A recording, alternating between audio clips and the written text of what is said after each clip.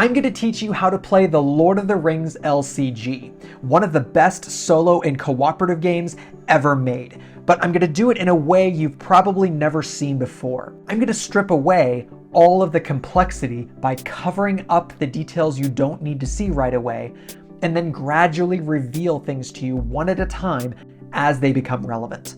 This is a very complex game, but my goal is to make this the easiest and simplest way to learn the game possible. By the end of this series, you will have learned everything in both rulebooks. You're watching The Game Locker. Let's begin.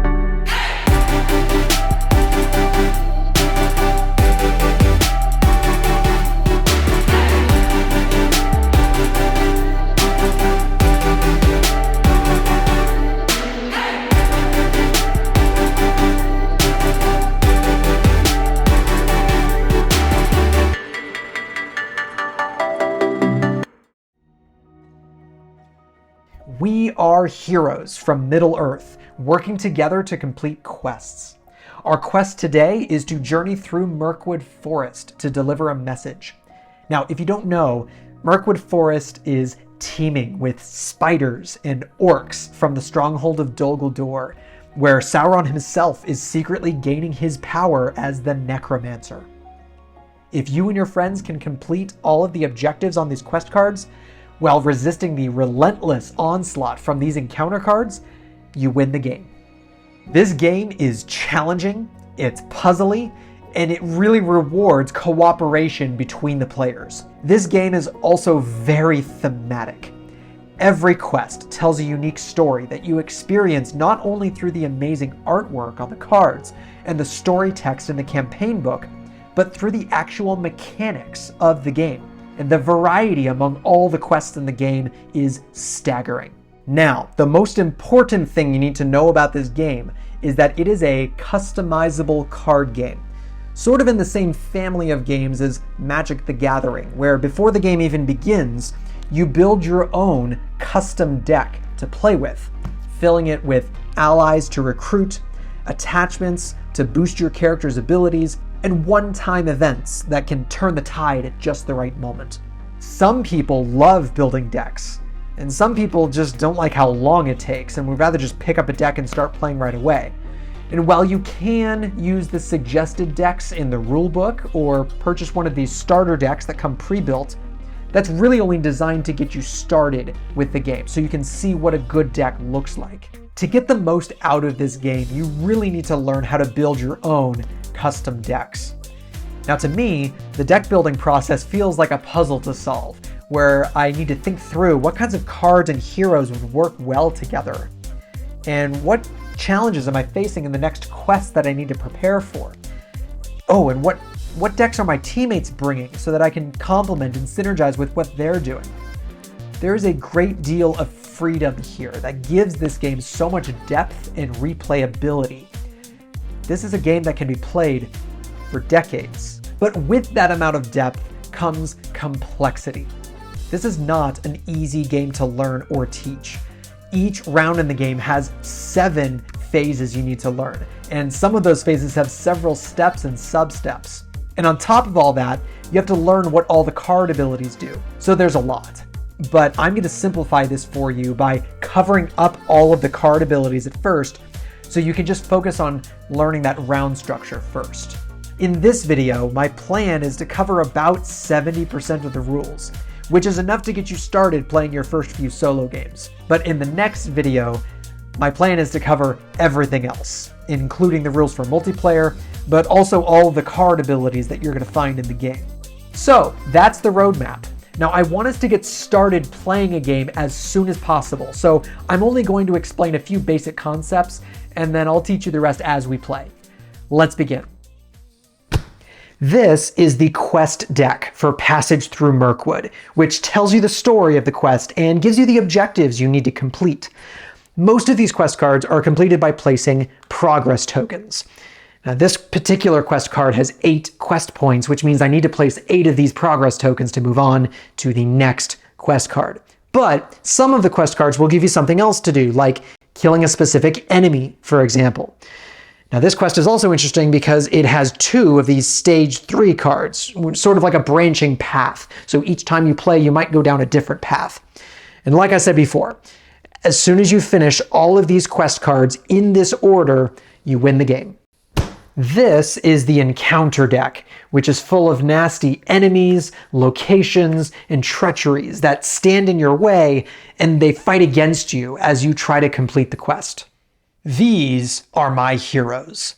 Now, these are the main characters that I control, and I can use them to do several things. I can use their willpower to make progress on the quest, their attack strength to kill enemies, or their defense strength to block against enemy attacks. These are their hit points, which is how much of a beating they can take. So Aragorn here can take 4 damage and still survive. But if he ever has to take 5 or more damage, then he is destroyed. And if all of my heroes are destroyed, I lose the game. This is my deck, the player deck. During the game, I'll be drawing cards from this deck, which contains allies, attachments, and events. And I'll need to spend resource tokens, which my heroes gain each round, to play these cards from my hand. So this ally costs 1 resource token to play, this attachment costs 2, and this event costs nothing. It's free. All of my cards on the table can be in one of 2 states: ready, like this, or exhausted. A ready card is available to be used for something, and when I use it, I exhaust it, so I can't use it again that round.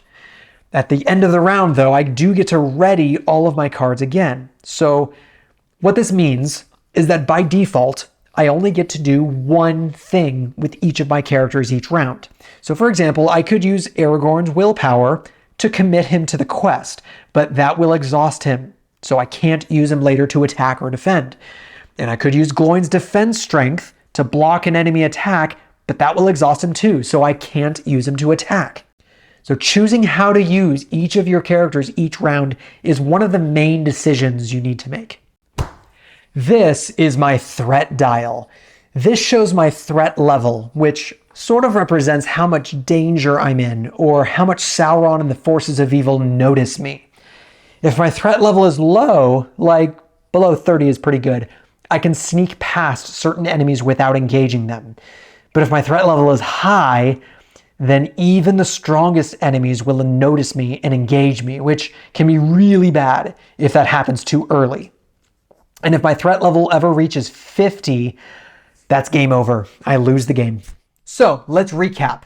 You win if you complete all of the objectives on the quest cards. You lose if your heroes are destroyed or if your threat level reaches 50. So let's set up a game so we can start playing.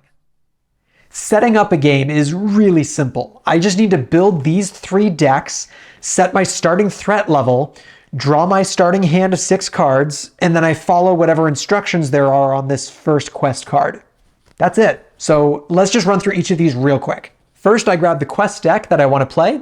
This one is for Passage Through Mirkwood, and you'll notice that these cards are double-sided with a B side and an A side. So always start with the A side on top, with 1A at the top, going down to 3A at the bottom. And there's 2 3A cards. The order of these doesn't matter. There's your quest deck. Then I build the encounter deck by shuffling some of these encounter sets together. The core set comes with a bunch of different encounter sets, but you don't use all of them in each quest. So you need to look on the quest card for these symbols here. And you find the encounter sets with the matching symbols. So that would be these 3 here. So I'm going to take all these, shuffle these together, and that is my encounter deck for this quest. The rest of these unused encounter sets just go back in the box. Now I put my 3 heroes on the table and I shuffle my deck. I'm just using the basic leadership starter deck found on page 5 of the rulebook. It's one of the best ones for playing solo, and we'll talk more about how to build your own custom deck in the next video. Now, I add up the threat costs on all of my heroes. That's 12 plus 9 plus 8. That's 29. That's going to be my starting threat level that I put on my threat dial. And now the fun part. I get to draw my starting hand of 6 cards. Now, if I don't like this starting hand, I'm allowed to take one mulligan, which means I shuffle this hand back into my deck and I draw a new starting hand of 6 cards. But I can only take one mulligan, so I have to keep this second hand if I do that. Then the last thing I do is read the instructions on this quest card, which tells me to search the encounter deck and add these 2 cards to the staging area. And I'll explain what that is later. Then there's some flavor text on the card that tells the story of the quest and sets the scene. I'll let you read that on your own. All you really need to know is that we're trying to get through Mirkwood Forest. After doing everything on the quest card, then you flip it over to the B side, and in almost every quest, there's some important game text you'll need to read here, but this is the simplest quest in the game, so there's nothing else here to read except for some more flavor text. That's it for the setup. Now, as you're starting out, I also highly recommend you keep a round summary nearby. If you're doing the rules reference, it's on page 20 that you'll find this really helpful chart. It's the most detailed round summary because it also shows you where all of the action windows are. And I'll talk about that later.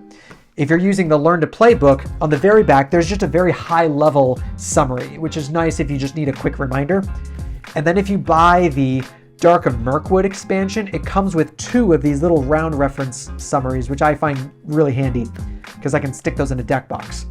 And lastly, there are some rules references you can find on BoardGameGeek.com. I'll show my favorite one down in the description below that you can print out. Okay, let's start playing.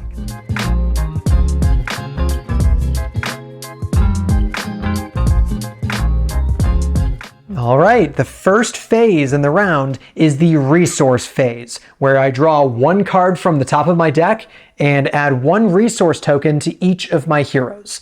Now, each hero has their own separate resource pool, so don't mix these together in one big pile. You'll see why this is important later. Next up is the planning phase. This is where I get to spend these resource tokens to play cards from my hand. I'm going to play this Celebrian Stone, which costs 2, and it's in the purple leadership sphere, which means I can only spend resource tokens from purple leadership heroes to pay for this card. And conveniently, in this deck, all 3 of my heroes are leadership. So I can spend any of these resources in any combination to pay for this card. But let's say, for example, I was playing Eowyn from the blue spirit sphere as one of my heroes. I could only use her resources to pay for other spirit cards. So let's play Celebrian Stone. I'll spend a resource from Gloin and Theodred, and let's read what Celebrian Stone says. Attached to a hero, attached hero gains 2 willpower. Great, okay. Now the rest of this text won't apply in this game, so I'll explain what those abilities do in the next video. So I'm going to attach this to Aragorn, and that will boost his willpower by 2, making him better at questing. I can play as many cards from my hand as I want, as long as I can pay for them. So I have 1 more resource on Aragorn, but I actually want to save that for later, so for now that's the only card I'm going to play. These resources will accumulate each round, so I can save up to buy something bigger later. Now we move on to the quest phase, where I attempt to make progress on this quest card, which, as you remember, is how I win the game. There's 3 steps to this phase. Step 1 is to commit characters to the quest. I choose to exhaust characters to use their willpower to try to make progress on the quest. And also remember, we said that when I exhaust a character like this, they are used or spent, so I can't use them later for combat. And I'm pretty sure this spider is going to engage me, so I'm going to have to hold back some of my heroes to deal with this spider. So I'm not going to commit everyone to the quest. For now, I'm going to commit Aragorn by himself. The next step in this phase is called staging, where I reveal cards from the encounter deck and add them to the staging area. All right, let's pause here to talk about the staging area real quick. We've already got 2 cards in this area from the quest setup, and every round we're going to be adding more. Cards in this area represent distant threats that are far away from me, but they're still close enough to be an obstacle and a threat. Think of it like this location and this spider are standing between me and my goal. So to quest successfully, I need to get around them. So questing is more difficult when these cards are here in the staging area. To represent this in game terms, each card in the staging area has a threat strength, which shows me how much of a hindrance or threat these cards are to me. Think of threat strength like the opposite of my willpower. So in just a bit, I'm going to be comparing the willpower of the characters I committed to the quest to the threat strength on all of these cards in the staging area. And if my willpower is greater, then I quest successfully and I get to make progress. But if the threat strength is greater than my willpower, I quest unsuccessfully and I raise my threat level. We'll see how all this works in just a moment, but your main takeaway here is that if I let too many cards build up in the staging area, eventually the combined threat strength will be so high that it becomes impossible for me to quest successfully. So to win this game, I need to regularly remove these cards from the staging area. So, like I was saying, this is the staging step where I reveal one encounter card per player. So in a solo game, it's just one encounter card.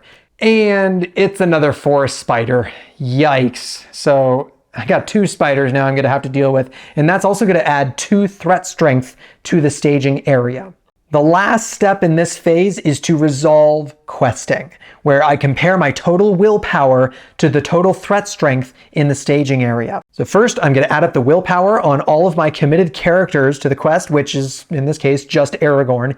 He's got 2 willpower on his own, but then another 2 willpower from his Celebrian Stone attachment for a total of 4 willpower. Then I add up all this threat strength in the staging area. That's 2 plus 1 plus 2, that's 5.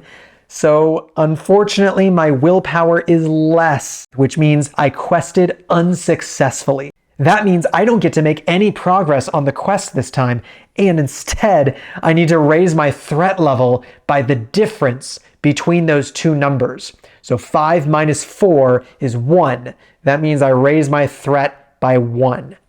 Now that could have been a lot worse. I'm really glad I played that attachment at least. That definitely helped. That's it for the quest phase. So next up is the travel phase, where I get to travel to a location in the staging area and make it the active location. Now this will do a few things for me. It takes the location out of the staging area, which will reduce that total threat strength up there, making it easier for me to quest in future rounds. It also gives me the opportunity to explore it and discard it for good. Locations have quest points, just like quest cards. So if I place 3 progress tokens on this location, then I get to explore it and discard it. Traveling can also be good sometimes because some locations have beneficial effects that trigger when you travel here. Take this Old Forest Road, for instance. It has an ability that says, Response. After you travel to Old Forest Road, the first player may choose and ready 1 character they control. Nice. So since I just traveled here, I'm going to ready Aragorn, so he's going to be able to help me deal with those spiders. The next phase is called the encounter phase, where I may or may not have to engage these enemies in the staging area. I will say that this is a lot more complex in multiplayer games than it is in solo games. So we'll cover all of those complexities in the next video, but there are 2 steps to this phase. First is optional engagements. This is where I'm allowed to choose to engage 1 enemy in the staging area. I'm going to skip this for now and show that to you in future rounds. The second step is engagement checks. So first thing I want to do is look at the engagement costs on these 2 enemies. They have an engagement cost of 25. I compare that to my threat level, which is 30. The lower my threat level, the better, because the more enemies I can avoid. But since my threat level is greater than or equal to their engagement costs, then I am noticed by these enemies. Both of them notice me and they engage me. But let's say, for example, that this Dol Guldur Beastmaster were also in the staging area. He's got an engagement cost of 35, which is greater than my threat level. So this enemy would have remained in the staging area during this step. He would not have engaged me. A couple more things to point out here. These spiders are not engaged with a particular hero. They are just engaged with me as a player. And these spiders are no longer in the staging area, right? They've engaged me, so that means their threat strength no longer counts against me anymore. So questing in future rounds is going to be a lot easier. Now, unfortunately, these forest spiders have a very nasty ability that triggers right now. It says Forced. After forest spider engages a player, it gets +1 attack until the end of the round. Ouch. So for this round only, they are each going to have 3 attack strength instead of 2. And now we reach the combat phase where I fight all of the enemies that are engaged with me. This is by far the most complicated phase in the game. It has a bunch of steps and sub-steps, but after doing this enough times, it is going to become second nature. It really does get a lot smoother. First, I deal a shadow card to each enemy. I just take the top card of the encounter deck and deal 1 to each enemy. These shadow cards may add some additional nasty effect to this enemy's attack, but it might also do nothing. Next, I need to defend each enemy attack. Now, this is important because it's actually different than a lot of other card games. Enemies always attack you first in this game. It doesn't matter how you engage the enemy, you always defend against all the enemy attacks first. And then you get an opportunity to declare 1 attack against each enemy that's engaged with you. So let's start these defenses. Step 1 is to choose an enemy to resolve their attack. I choose this spider to go first. The second step is to declare a defender. I'm going to declare Gloin as my defender, which means he is now exhausted. It is possible to declare no defender, in which case it's called an undefended attack, but I'll explain that later. Third step is to resolve the shadow effect. So I flip the shadow card on this enemy to see if there's a shadow effect, and yes, there is. Check this out. Shadow effects always sit below this black divider and have the word shadow here. This one says, shadow, defending player must choose and exhaust 1 character they control. 2 characters instead if this attack is undefended. That is not good. So I guess I'm going to exhaust Theodred. Yeah, Aragorn is better in this case. So the last step is to determine damage, where I calculate how much damage Gloin is going to take. This spider is coming at me with 2 attack, but remember the ability also boosted it by 1, so it has a total of 3 attack. Gloin only has 1 defense. So I take the spider's attack strength, subtract Gloin's defense, and that's how much damage tokens get placed on Gloin. 2 damage tokens that get placed on Gloin. But thankfully, there's a little silver lining here. Gloin has a really cool ability that triggers right now. It says, response. After Gloin suffers damage, add 1 resource to his resource pool for each point of damage he just suffered. So as a little consolation, I get to add a couple resources to his card. That's the first defense. Now let's do the same 4 steps again to resolve the next spider's attack. Choose an enemy, this spider. Declare defender. I'll declare Aragorn as defender this time, so I'm going to exhaust him. Resolve the shadow effect. Let's flip this over and see if there's anything, and there's not. There's no black divider and no shadow word, so everything else on this card is ignored completely. Then I determine damage, so same as the other guy, it's 2 plus the 1 on his ability, that's 3 attack, minus Aragorn's 2 defense, equals 1 damage token on Aragorn. Now that we've defended against all the enemies, the next step is to attack. But there's a big problem here. I don't have any more ready characters. Everyone's exhausted, so no one is able to attack back. This is pretty bad because it means that these enemies are going to stick around and stay engaged with me, and they're going to attack me again next round. So I think what I really need right now are some more allies to help take the heat off of my heroes so I can attack back and kill these spiders next time. That ends the combat phase. So now I discard all remaining shadow cards on the table. The last phase in the round is the refresh phase, where I get to ready all of my characters and I increase my threat level by 1. And that's the end of round 1. Now, I know that was a lot of steps we just went through, okay? But I promise you, the more you play this game, the smoother and easier all of these steps become. I'm gonna pick up the pace a little bit here as we play round 2.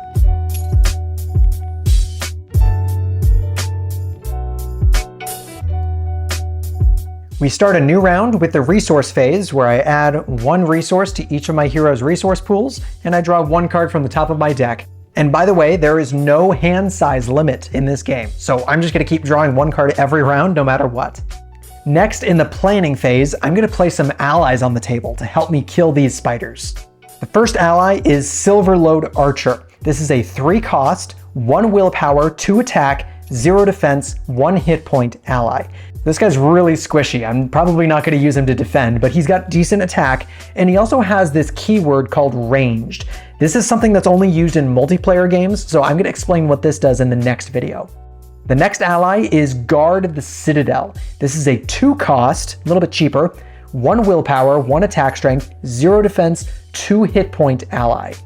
He can absorb a little more damage, but he's flexible. I can use him for questing or attacking.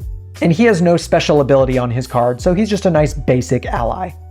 So first I'll play the Silverlode Archer for 3 resources. Let's spend those from Glowing's resource pool. And then I'll play the Guard of the Citadel for 2 resources. Let's spend that from Theodred and 1 from Aragorn. And one good thing to know is that there's no limit to the number of allies I can have on the table. If I can pay for them, I can play as many as I want. Now, allies in this game work very much like heroes. They can do all the same things that heroes can. They can quest, attack, or defend. The main difference here is that they don't gain resources every round like a hero does. And some card effects, like this Celebrian Stone, said attach to a hero. So I would not have been able to attach Celebrian Stone to an ally. But apart from that, you can think of them as sort of like mini heroes. Next is the quest phase, and as always, I start by choosing which characters to commit to the quest. And this is a pretty different situation than last time though, because last time the staging area had a bunch of cards in it, and now it's empty, but I've got 2 spiders that are engaged with me trying to kill me. So I kind of want to just focus all my attention on combat if I can, and I don't really care so much about making progress on the quest yet. But it's at this point that many new players make a big mistake, so don't miss this. You can never skip the quest phase. Even if I would just rather focus on combat for a round, I always reveal encounter cards during the staging step, and I always compare the threat strength to my willpower. So if I don't commit any characters to the quest, my willpower would be 0. Compared to that threat strength of what's coming up, I will probably be forced to raise my threat level again, which is super bad. So it's usually a good idea to commit at least 1 character to the quest to keep my threat level down. Aragorn still has the best willpower right now, so let's quest with him again. But this time I'm going to trigger his ability, which is perfect in a situation like this. First of all, Aragorn has a keyword called Sentinel. Just ignore this for now. This is a multiplayer only thing, so I'll explain what that does in the next video. But his main ability says Response. After Aragorn commits to a quest, spend 1 resource from his resource pool to ready him. This is a great ability, so he's going to be committed to the quest, but I get to ready him for combat just by spending 1 of his resources. Response abilities like this one are always optional. I could choose not to use it, and I didn't use it last round so that I could save that resource to pay for more allies, but this round I think I definitely need him to be ready. So Aragorn is committed to the quest, he's ready, and I know some of you are going to ask this, and the answer is no. I can't commit Aragorn a second time to the quest to add his willpower again. You can only commit characters to the quest 1 time. Now let's do the staging step and see which card we get. And it is a location. This is the Great Forest Web. It has 2 threat strength, so that'll be added to the staging area. And the last step is to resolve the quest just like last time by comparing my willpower to the threat strength. And remember, because this is super important, only the threat strength in the staging area counts. I ignore the threat strength on the active location and on all the enemies that are engaged with me. So this time I have 4 willpower compared to 2 threat strength in the staging area, which means I quested successfully. That means I get to place progress tokens on the quest equal to the difference between these 2 numbers. So 4 willpower minus 2 threat strength equals 2 progress tokens. Now, if there were no active location here, these progress tokens would go directly on the quest card. But if there's an active location, progress always goes through the active location to get to the quest. So these progress have to be placed on the active location. And this location has 3 quest points, and I made 2 progress, just 1 short of the quest point total. So I need to make 1 more progress, hopefully next round, in order to explore this location and discard it. Now, the worst part about not clearing the active location is that now I can't travel to this other location. There can only ever be 1 active location at a time, so I need to explore this active location first before I can travel here. I'm not allowed to just swap these locations. So because we can't travel anywhere, I skip the travel phase. And since there's no enemies in the staging area, I get to skip the encounter phase as well. And now, since I have enemies engaged with me, we do the combat phase. These spiders are going to keep attacking me over and over until I get rid of them. So the first step is to deal a shadow card to each enemy, and then we resolve enemy attacks. I choose which spider I want to go first. Let's deal with this one first. I'm going to declare Gloin as my defender for this attack. This is kind of risky here because Gloin already has 2 damage and he only has 1 defense. So if this shadow card boosts the attack on this spider, then Gloin is dead. So I'm hoping for no shadow effect. Let's resolve it and see if there's a shadow effect. And thankfully there's not. Okay, no shadow effect. So we just have 2 attack strength on this spider. Remember, this ability down here only triggered, or it only lasted during the first round it engaged me. So this ability doesn't count anymore. It just has 2 attack strength minus Gloin's 1 defense equals 1 damage token on Gloin. And now his ability triggers again, which means I get to add 1 resource to his resource pool because I took 1 damage. And that's it for the first spider attack. Now let's resolve the next spider's attack. I'm going to choose Aragorn as my defender for this one. Let's reveal the shadow card and see if there's an effect. And yes, there is. It says attacking enemy gets +1 attack, +3 attack instead if this attack is undefended. That's a bummer. So it gets +1 attack.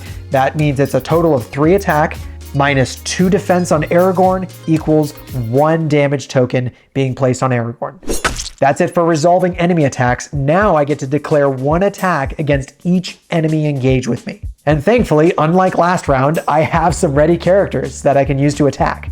So the first step in an attack is to declare the target of the attack and declare attackers. So I'm going to choose to fight this spider. Doesn't really matter, they're both the same enemy. And now I get to declare as many attackers as I want against that enemy.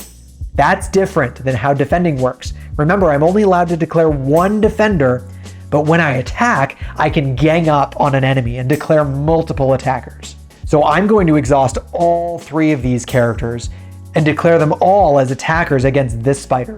The next step is to determine attack strength. That's just adding up all the attack strength here. That's 2 + 2 + 1 equals 5. The last step is to determine damage. Now this spider has 1 defense, so 5 attack minus 1 defense equals 4 damage. And that's enough to kill the first spider. So I put the spider in the discard pile along with its shadow card, and I can choose the order in which I discard these cards. I mention this because in certain quests, like some of them in the Angmar Awakened cycle, the order of the discard pile matters. So it's important to learn these kinds of details now. But for most quests, it really doesn't matter. That's it for that attack. Now I am allowed to declare 1 attack against this spider, but I'm all out of characters. Everyone's exhausted, so that's the end of the combat phase. Now I discard all remaining shadow cards from enemies. The last phase is the refresh phase, where I ready all of my cards again, and then I raise my threat level by 1 up to 32. Now don't leave yet, because there's still lots of rules I need to cover, including one of the most important things for new players to learn, and that is action windows. But now that we've finished 2 rounds, hopefully things are starting to click for you, so I'm going to start playing through these phases a little faster now.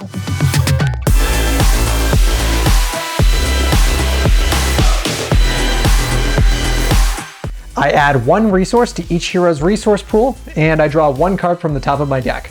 I've got 4 resources, and I'm going to spend 2 of them to play Steward of Gondor. This is a 2-cost attachment that says, attach to a hero. Action, exhaust Steward of Gondor to add 2 resources to the attached hero's resource pool. Now just ignore the other text for now, as it won't matter in this game. So this is something new though that we haven't seen yet. This is an action ability, which is an optional ability that can be played during any action window. And the concept of action windows is one of the most difficult topics to learn in the game. So I'm going to be spending a whole section in the next video to explain this in detail. But for now, all you need to know is that during this planning phase, right now, there is a special action window that allows me to use any action abilities like this that I want, before or after I play cards. So I'm going to attach this to Aragorn, and I'm going to use this ability right now by exhausting the card, which will let me add 2 resources to Aragorn's resource pool. And of course, let's pay for the card. Let's use Gloin's 2 resources to do that. And then I'm going to spend 1 resource to play Snowborn Scout, who has a really nifty responsibility that says, after Snowborn Scout enters play, choose a location, place 1 progress token on that location.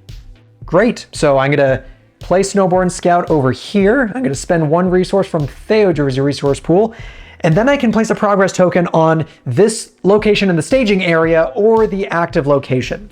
Since the one up here needs 2 progress tokens to explore it, I'm gonna place it on the Old Forest Road, which will actually explore it now because I have 3 progress tokens and it only needed 3 from the quest points. So I'm gonna get to place that in the discard pile.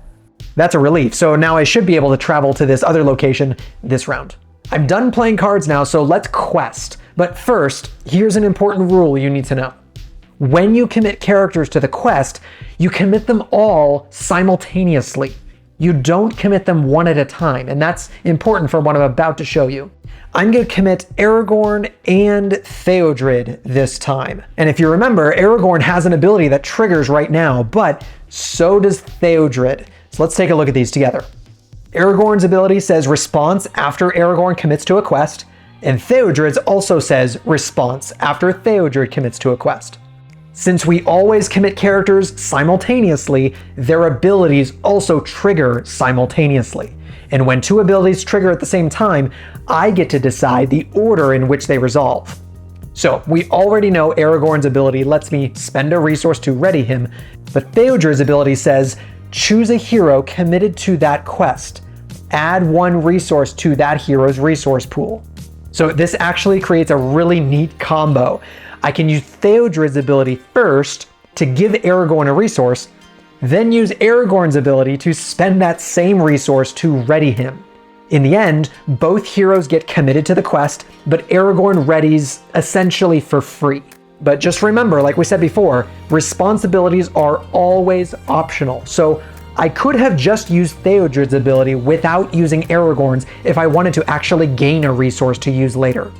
So I've committed them both to the quest. I've used Theodred's ability to add a resource to Aragorn's pool, and then I'm going to spend that resource to ready Aragorn, but he's still committed to the quest. Now let's do the staging step and see what card we get. And yuck, it's a Doguldur Beastmaster. He's got 2 threat strength, so he's going to be added to the staging area up here. I've got a total of 5 willpower from my 2 committed characters. There's 4 threat strength in the staging area, which means I quested successfully, and I get to make progress based on the difference between these 2 numbers. So I make 1 progress on the quest. And this time there's no active location in the way, so I get to place this progress directly on the quest card. Yay, only 7 more to go. It's actually fine. I'm not in a rush to finish this quest stage. My main goal right now is just to build up my board state with allies and attachments, so as long as I'm not questing unsuccessfully, I'm happy. Once I've got more cards on the table, I'll focus more on the questing. Now in the travel phase, I can travel to this location, but before we do, let's take a look at this ability text on the location. This is a travel cost. It's something that triggers as soon as I travel there, and it's a nasty one. It says each player must exhaust 1 hero they control to travel here.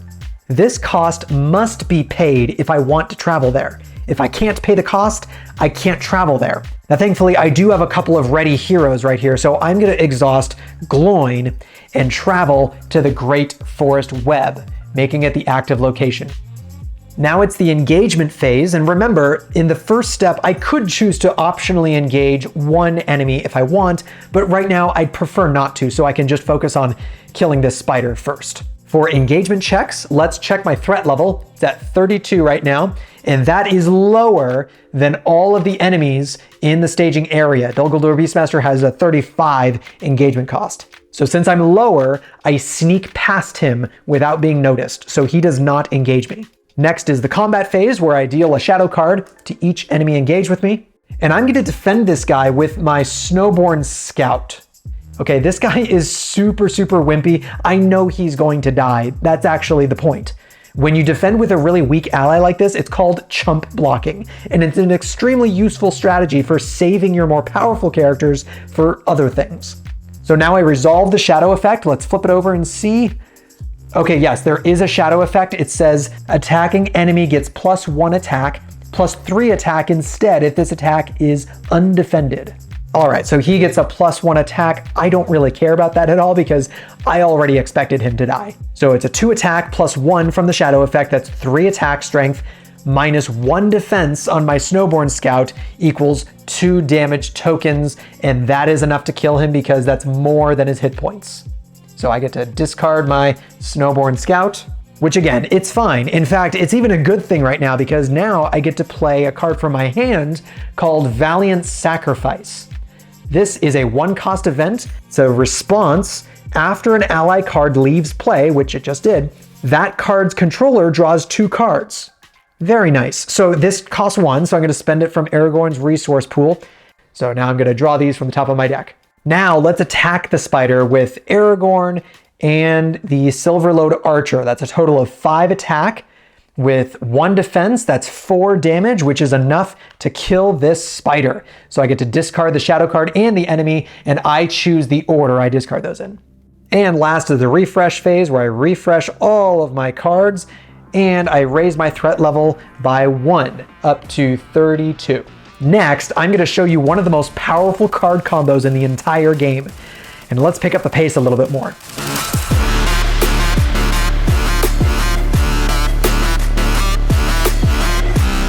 I add 1 resource to each of my heroes' resource pools and draw 1 card, and I'll trigger Steward of Gondor to add 2 more resources to Aragorn's resource pool. I'll play another Snowborn Scout from my hand, and I'll spend that from Aragorn's resource pool. And for the Snowborn Scout's response ability, I'm going to place the progress here on the active location. I'm going to commit Aragorn and Theodred to the quest, just like last time. I'm going to trigger Theodred's ability first to add the resource to Aragorn's pool, and then I'll trigger Aragorn's responsibility to spend that resource to ready him, just like last time. I love that combo. Let's do the staging step and reveal an encounter card. Oh, and this is a really nasty one. This is Caught in a Web. It says, when revealed, the player with the highest threat level attaches this card to one of their heroes. Counts as a condition attachment with the text, attached hero does not ready during the refresh phase unless you pay 2 resources from that hero's pool. So this is a doozy, but basically my hero gets caught in a web, so they can't ready as much unless I spend resources to do it. So this is a really ugly treachery. I'm going to end up attaching this to Gloin here, because my other heroes, I really need them to be able to ready more. I got 5 total willpower against 2 threat strength in the staging area, which means I quest successfully, and I place 3 progress. Now, I've got 3 progress to place. It goes through the active location, as always, so I'm going to put 1 progress here, which explores the Great Forest Web, and then I'm going to place the remaining 2 progress tokens directly on the quest card. So that's really important to remember. Any excess progress tokens always overflow to the quest card. There's no locations in the staging area to travel to, so we skip this travel phase. I'm going to choose to engage this Dol Guldur Beastmaster now during the optional engagement step, because I think I'm ready to deal with him now. So we enter the combat phase. I'm going to deal a shadow card to him. And now let me show you this guy's ability. It says Forced. When Dol Guldur Beastmaster attacks, deal it 1 additional shadow card.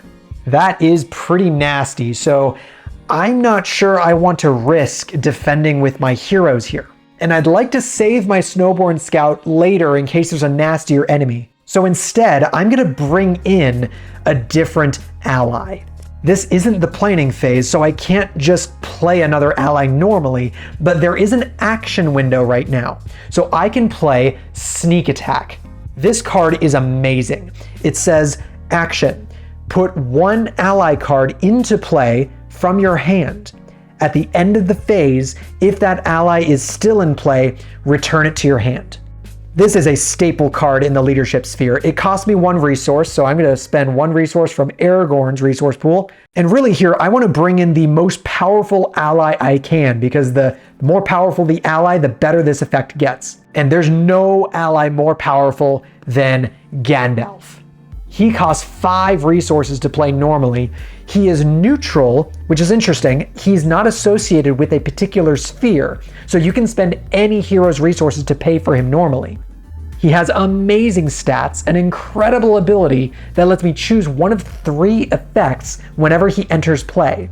It says, response, after Gandalf enters play, choose 1. Draw 3 cards, deal 4 damage to 1 enemy in play. By the way, that's direct damage that bypasses the enemy's defense. That just goes straight to the enemy's hit points. Or reduce your threat by 5. And lastly, if he's still in play at the end of the round, I discard Gandalf from play. So he comes in, he does some amazing stuff, and then he leaves. That sounds about right for Gandalf. Now, playing him with Sneak Attack just feels like cheating though, because you get to put him into play for only 1 resource instead of 5 during any action window you want. And he doesn't get discarded because the effect on Sneak Attack that puts him back into your hand at the end of the phase, that triggers first. So I'll still have Gandalf in my hand to play him normally in a later round. This combo with Sneak Attack and Gandalf is still one of the strongest card combos in the entire game. Okay, so now that I've put Gandalf into play, I get to choose one of his cool 3 enters play abilities. I'm going to choose the one that lets me reduce my threat by 5. So I'm going to go all the way down to 28 threat, just like that. Okay, so I'm going to choose to defend this enemy attack with Gandalf. And now we resolve the shadow cards. Let's see the first one. It says defending player must choose and discard 1 attachment they control. Okay, I know what you're thinking, right? Just discard the spider web on Gloin, right? That's an attachment. Well, sadly, I can't do that because I don't control attachments that come from the encounter deck. It's controlled by the encounter deck, so I have to discard one of these attachments on Aragorn. So I think right now I could use the resources more, so bye-bye Celebrian Stone. And the other shadow effect is +1 attack. All right, so it's a 4 attack minus 4 defense on Gandalf means Gandalf takes 0 damage. And now I get to attack back, so I'm gonna exhaust Aragorn, my Silverlode Archer, and my Guard of the Citadel. That's a total of 6 attack, minus 1 defense on the Dumbledore Beastmaster equals 5 damage, and that is enough to kill the Beastmaster. So let's put all those in the discard pile. And now Gandalf is going to return to my hand now that we're at the end of the combat phase. That was the effect on Sneak Attack. And now in the refresh phase, I ready all of my cards and I raise my threat level by 1 up to 29. In the next round, I'm going to show you one of the most powerful allies in the game and the #1 most important action window that every new player needs to know about.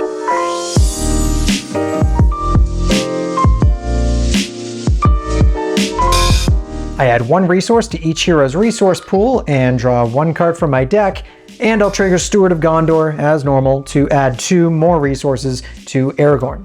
I'm going to play an amazing ally, Faramir. He's got an action ability that says, action, exhaust Faramir to choose a player.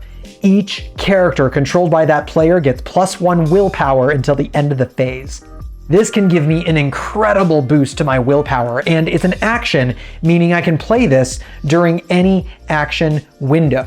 But there's one particular action window that's the best time to use this. I'll show you that in a bit. So he costs 4 resources to play. I'm gonna spend 2 of them from Gloin. Just as a general tip, you should usually spend resources from the heroes you think are most likely to die first.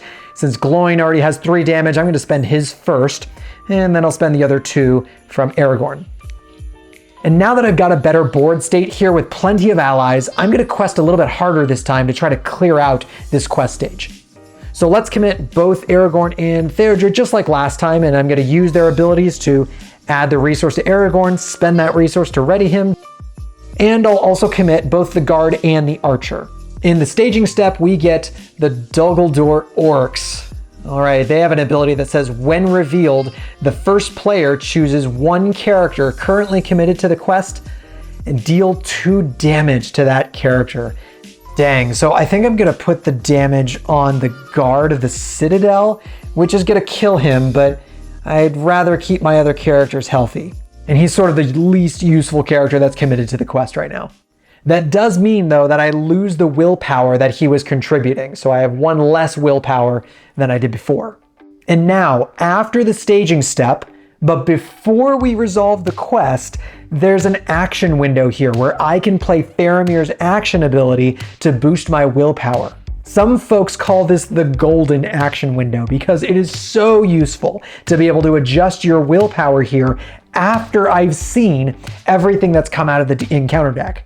There are lots of actions that are really good to use in this action window, and Faramir's is one of the best ones to use here. So let's exhaust Faramir, and I'm gonna give a +1 willpower boost to these 3 characters. That's 1, 2, 3, 4, 5, 6, 7 willpower minus 2 threat strength is 5 progress tokens, and that is just enough to clear this quest card. As soon as this happens, we immediately go to the next quest stage before doing anything else.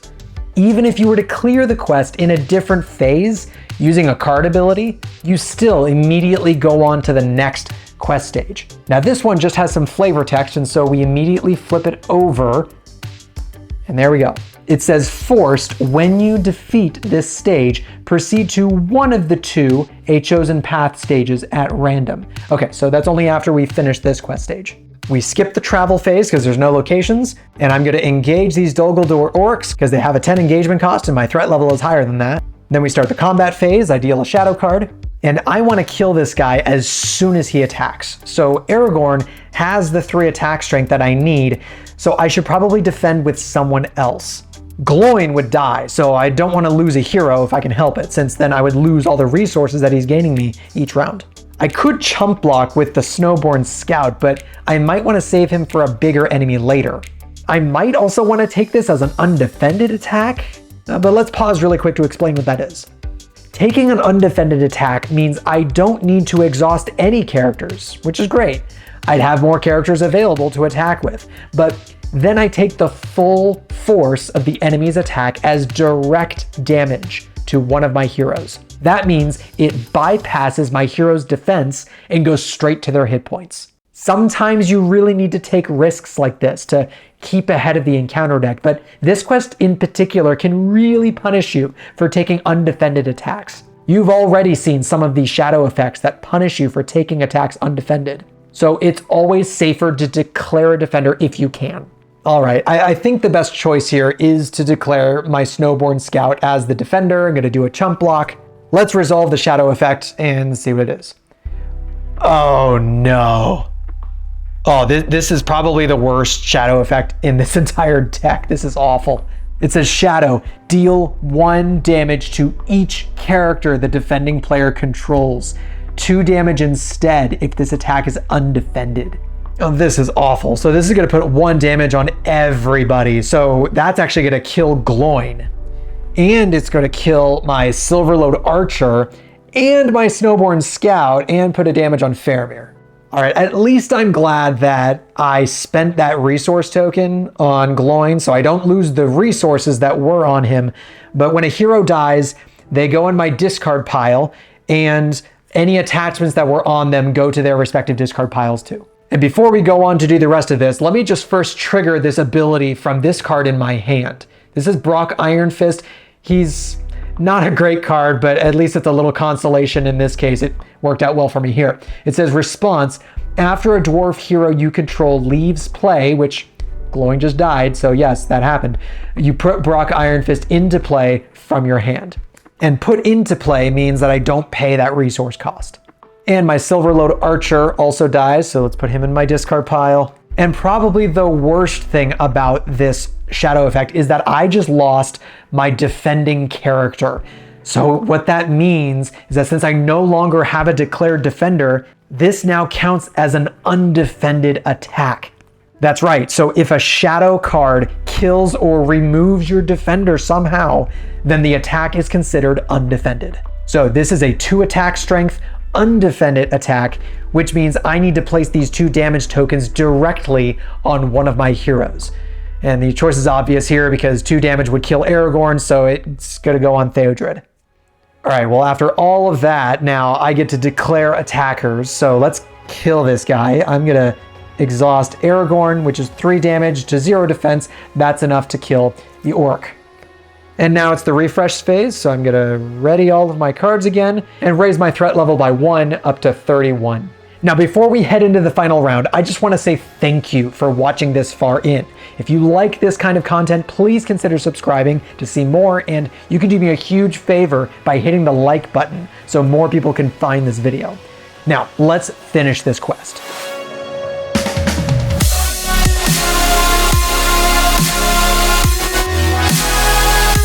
I add 1 resource to each hero. Brock is not a hero, so he doesn't get a resource. I'll trigger Steward of Gondor on Aragorn to add 2 extra resources to his pool and draw 1 card from my deck. I'm going to play Gandalf from my hand for 5 resources. Let's spend all those from Aragorn's resource pool.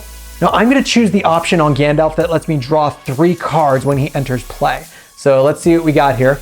All right, I've got another copy of Brock Iron Fist, which is unfortunate because he is a unique character, which means there can only be 1 copy of him on the table at a time.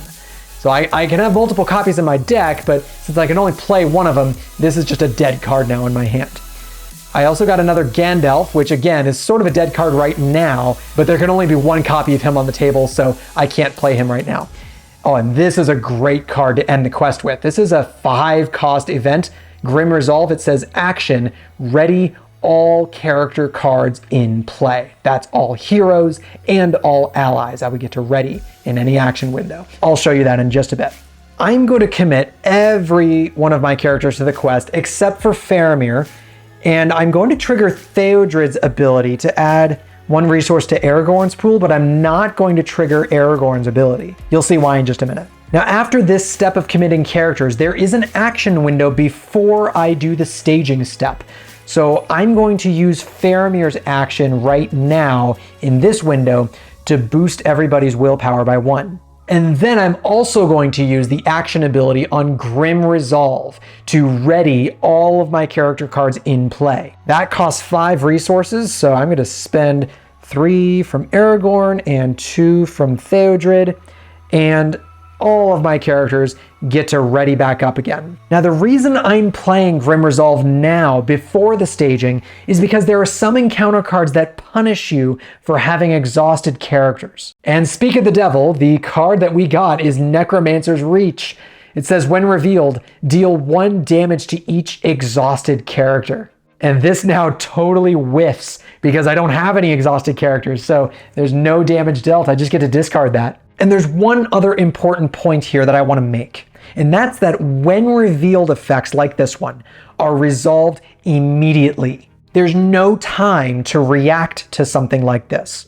So let's say, for instance, that I had not played Grimm Resolve to ready all my characters, and let's say everyone was still exhausted. After I reveal this Necromancer's Reach card, I could not interrupt it to play Grimm Resolve to prevent the damage. I'd have to resolve the when revealed effect completely first, and then after staging is over, there's another action window where I could play actions again.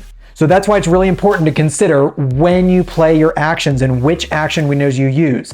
It's a complicated thing, but it matters. And one last note is that you never put treachery cards in the staging area. You always just resolve the effects and then discard it after. All right, so as of this moment, I have 13 willpower and there's 0 threat strength in the staging area. So I would get to place 13 progress tokens on this quest card, which is just completely overkill. And I could have even used Faramir's ability a second time right now to get an extra 4 willpower, since there's no limit to how many times you can use his ability. It's only limited by the number of times I can ready Faramir. And I know you'd be asking this too, and the answer is no. The overflow progress, that would be 13 minus 2 is 11. Those 11 progress tokens are just lost. They don't overflow onto the next quest card. I have to clear off everything before I reveal the next quest card. And now is when we do the forced effect on this quest card. It says, proceed to one of the two a chosen path stages at random. All right, so that's gonna be one of these two cards. I'm gonna shuffle these up and let's see which one we get. All right, it's don't leave the path. This has a when revealed effect. It says when revealed, each player must search the encounter deck and discard pile for one spider card of their choice and add it to the staging area. All right, but this other text is really important. It says the players must find and defeat one Ungoliant spawn to win this game. And Ungoliant spawn is a really big, nasty spider. So I can search for this card now so that I can defeat it and win the quest right away.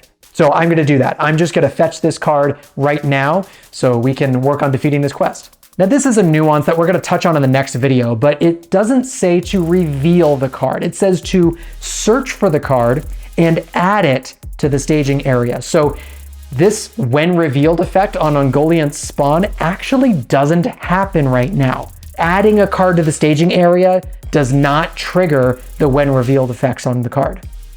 Okay, so right now there's no travel phase because there's no location. I'm going to engage this spider so I can fight it. It's the combat phase. I'm going to deal a shadow card. And let's declare Gandalf as my defender. Now, as soon as I declare a defender, there's an action window where I am going to play a card from my hand called Ever Vigilant. This is a 1-cost event. Simply says action, choose and ready one ally card. So I'll spend 1 resource from Theodred to ready Gandalf. Now, why would I ready Gandalf now? Why not just wait until the attack is resolved? Well, in some quests, these shadow cards will punish you for having an exhausted defender. So it's always best to kind of just get in the habit of readying your defenders if you're able to, right before you reveal the shadow effect. That'll help protect you against some of those nasty things. Okay, let's resolve the shadow effect, and it is nothing. So we determine damage, that's 5 attack, minus 4 defense on Gandalf, that's 1 damage on Gandalf. And now we get to attack this spider. I'm gonna declare everybody as an attacker. That's 4 plus 1 plus 2 plus 2 plus 3. That's 12 attack. Minus 2 defense on the spider is 10 damage. And that is enough to kill Ungoliant spawn. And that's the last objective on this quest card. There are no quest points. So that means we have completed Passage Through Mirkwood. Click here to watch part 2, where I'll teach you everything else you need to know to play this game. Let me know if you have any rules questions down in the comments. You've been watching The Game Locker. Godspeed.